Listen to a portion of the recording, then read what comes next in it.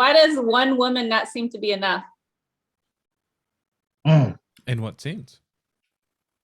Huh? In what sense? Like, what do you mean? In what sense? Like, why does a man feel like either one, he's been with a woman too long where he wants to go and explore out there and see what else is out there, because, you know, he's heard from all around, like, you only been with one, that's it, like, you know, for some years.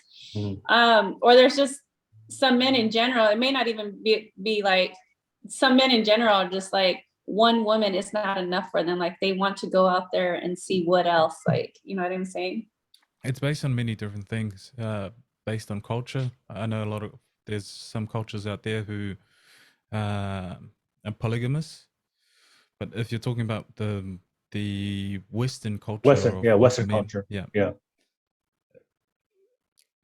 there is this notion that people fall out of love just out of blue.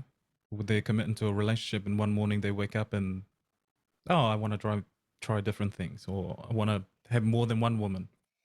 There's always a leading up to that. There's always something that's continuous to happen. And that's why I spoke about statistic in the last podcast.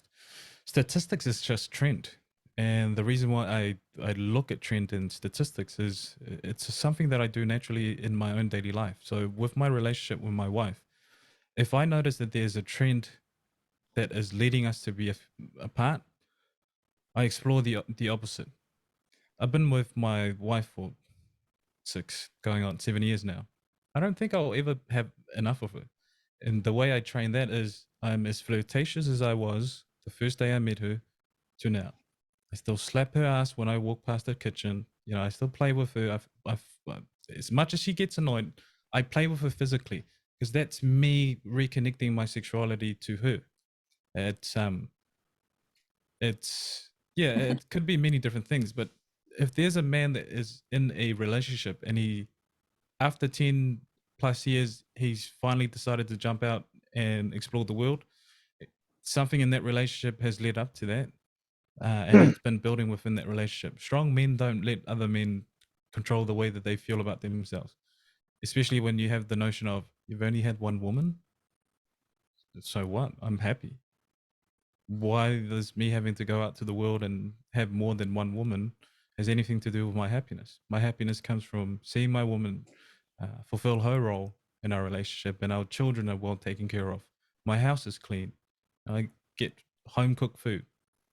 Why would I want to waste that for simple pleasures? All right, no worries, Daniela. Thank you for sharing it as always. I see Claudio. You hear me? Hi, how are you? What's going on, Claudio? Where you tuning in from, man? I'm from Portugal. I am Ferry, by the way. I've been watching your podcast for a long time, but I didn't know that you could come in and talk with the guys. So it's 6 a.m. here, so I have nothing to do, so I came here to make a little bit of fun. Give a shout out to Fatty, all the way from Portugal. Thank you so much for joining us. But real quick, I want to add something to what Alvaro said. I'm going to come back to you, Fatty, and ask your thoughts, your opinions of what we discussed. I know you said something, Alvaro, about why men don't commit anymore, right? Is that right? So for me, why men don't commit anymore, I put that responsibility on the women, because like I told you guys before, right? Back in the day, men had to work and earn their investment, their access to sex, because women control access to sex, right? So like Fatty said, why buy the home cow when you can get the milk for free? So but you guys know biologically for men, we want sex. Men, like that's our biological need for men. We want sex from women. But why would they commit to women today, especially Western society, when women are just giving it up? And that's the dating culture today, right? Why should I commit and invest my time into women when, if you're not going to give it up, I know there's a lot of women out there giving it up, right? If every single woman in the sexual dating marketplace said, you know what, we're not going to give up sex until you guys earn it and show us that you're capable of being great fathers, show us some kind of economic stability, show you're responsible. The men who really want sex, they're going to step up, right?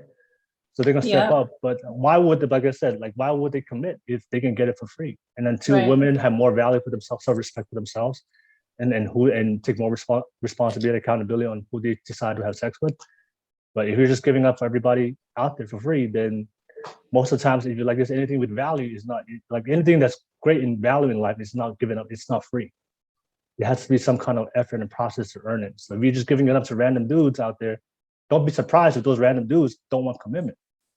Because like Daniela said, the guys that really want commitment, they're out there working on themselves and doing what they got to do. And they want the top quality women out there. And they're going to make it known, like they're going to let you know, hey, I want you, I need you. They'll be transparent and tell you, this is what I bring to the table, is what I need from you. They're not there to play games. So, Amen. So, that's what I have to say with that.